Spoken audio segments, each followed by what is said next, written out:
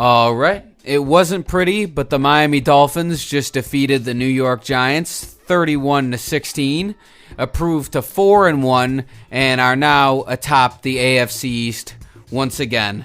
Let's fucking talk about it. I mean, first of all, if I sound like shit, season's changing, got a cold, it's fucking cold and rainy out here where I am, and the whole family's sick, now I'm sick. But that's all right. We push through. We persevere. So let's talk about the negatives first, which obviously we all want to hear about it. It's the interceptions. The 2 interceptions by QB1 today, Tua Tagovailoa. I mean, outside of those 2 interceptions, man, he had a really great game, but you can't do outside of that in the NFL. Those plays matter. And luckily, the defense really showed out today. But Tua's first interception, we were driving towards the end of the half, and he was looking for Waddle, who wasn't open at all. Tries to fit it in there anyway. Ball gets tipped, picked off, ran back to the house. And, I was pissed, man. I mean, you're mad at your team when you just kind of sit there and don't say anything. You just kind of sit there in silence. That was me. They ended up driving back down, getting a field goal before the half. And then later on in the game, this one is a little questionable. We'll have to hear what Tua has to say for himself in the post-game presser. But he was looking for Waddle once again on a 3rd down, and it appears as if his hand hit Connor Williams' helmet, and it caused the ball to flutter over Waddle's head and get picked off. So, I mean, if that wasn't the reason, it was just a really bad pass. If that was the reason, I suppose that one could be excused in my eyes. But the first one was inexcusable. In the red zone, 3rd down, I mean, just throw it away. You can't have it. Other than that, Tua did have 308 yards, 2 touchdowns, and a 100.4 quarterback rate. Offense still over 30 at the end of 3 quarters.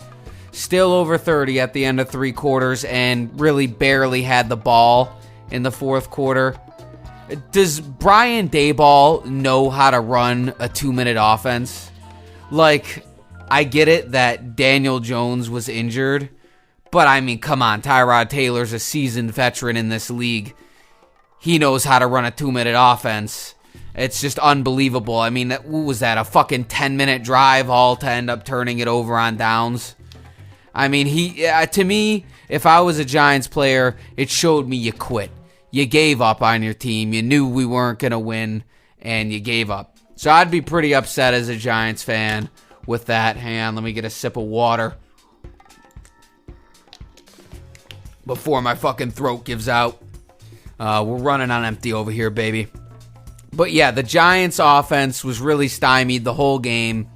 They got 3 field goals. One was the result of the interception by Tua. And then also Devon Achane, absolute beast, fumbled the ball early in the game, which was very frustrating. But he ends up making up for it with a very long touchdown run, over 100 yards again. I mean, this guy, Devon Achane, he's the next big thing, I think.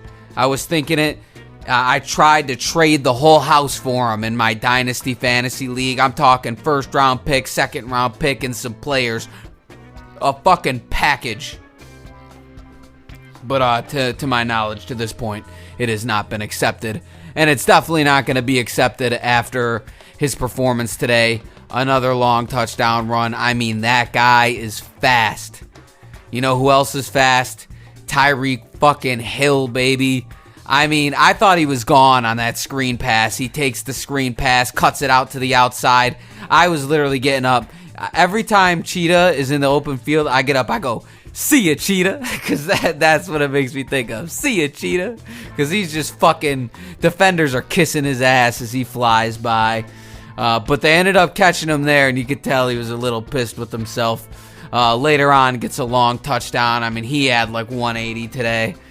I mean, look, the smile on my face is a result of this being a non-impressive win for the Dolphins. I mean, just a couple of years ago, if the Dolphins won this game, I mean, holy shit, we'd be shitting ourselves. But now it's just normal. I mean, this is what we're supposed to do, and it should have been better. And at the end of the day, should have been better in a win, a victory. I did take some game notes that I want to go over real quick, because obviously in the beginning of the game, when it's not obviously a win, you know, things are a little different. Hang on. I was just reading a tweet from Omar Kelly who says, Dolphins owner Stephen Ross waited in the tunnel for Andrew Van Ginkel, walked off with him and said, that was a great game. That's awesome. Good for Andrew Van Ginkel. He's always balling. He's been balling all year. So far, the Dolphins have 2,599 yards of offense, and that's the most yards through 5 teams by any team in the Super Bowl era. I mean, this team, man, they're looking good. They're looking real good. And let me pull up my notes. I get sidetracked, you know. It is what it is. All right, I had to cut myself off there for a second because I just started cursing too much and saying some dumb shit. So, and I'm always saying dumb shit, so I'm not going to say what I said, but, you know, if you have been listening, you know I always say dumb shit, and it was about to get even dumber than the normal dumb shit. So, now I will go over the game notes. If you could spare me a subscription. Anyway, fuck it. At first, I thought we were struggling against the Giants' offensive line, so I did write something down about that.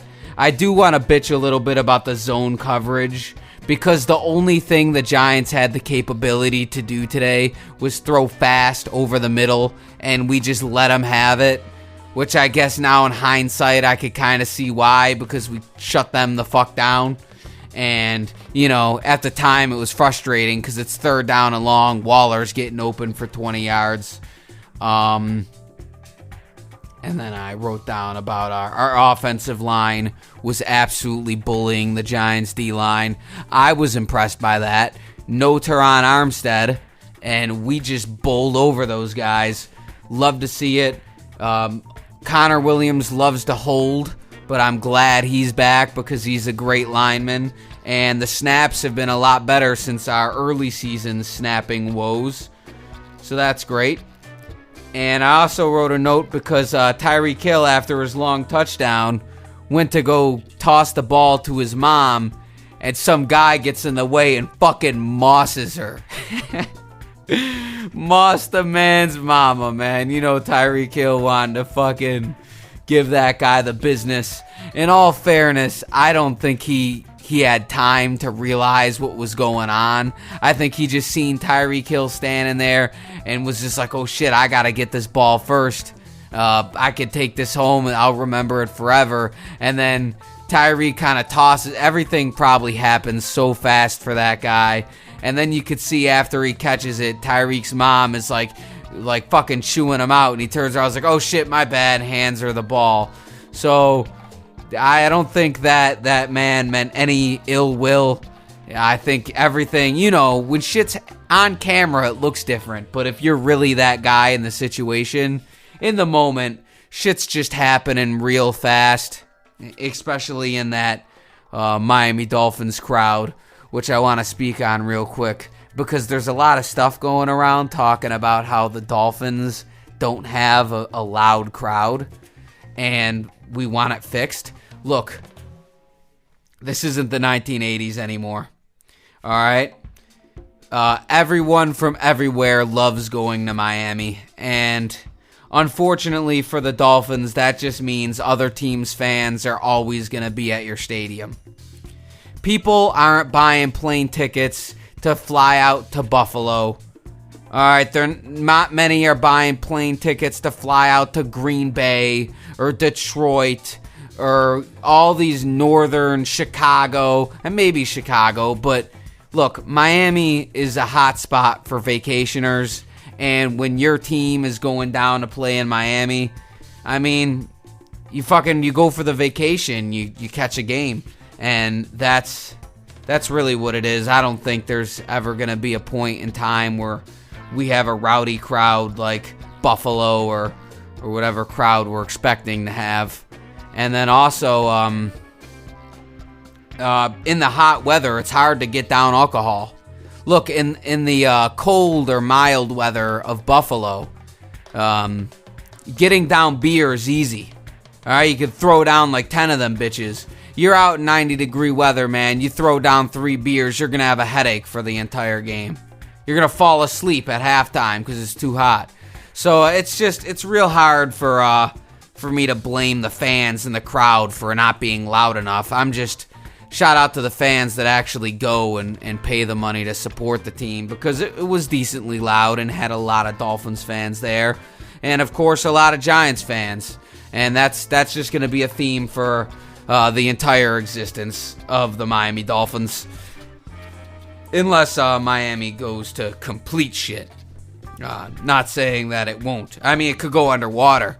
Miami might end up underwater. We have to move up next to Jacksonville.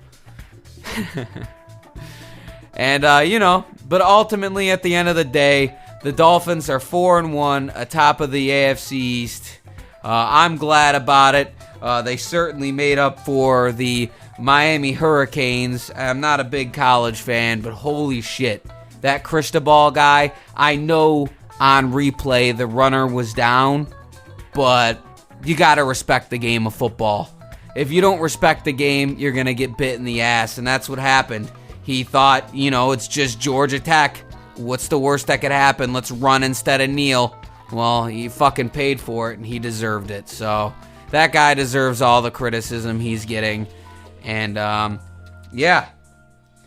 I don't know why the fuck I just talked about the Miami Hurricanes on the Dolphins channel, on the Dolphins video. I don't know. If you're new here, just give me one fucking subscription for this video. If one person could throw me a sub, I'll be at 390 and I'll be fucking bricked up. If not, whatever. Alright, I'm sick and rambling about nonsense. I'm fucking out of here. Fins up, baby.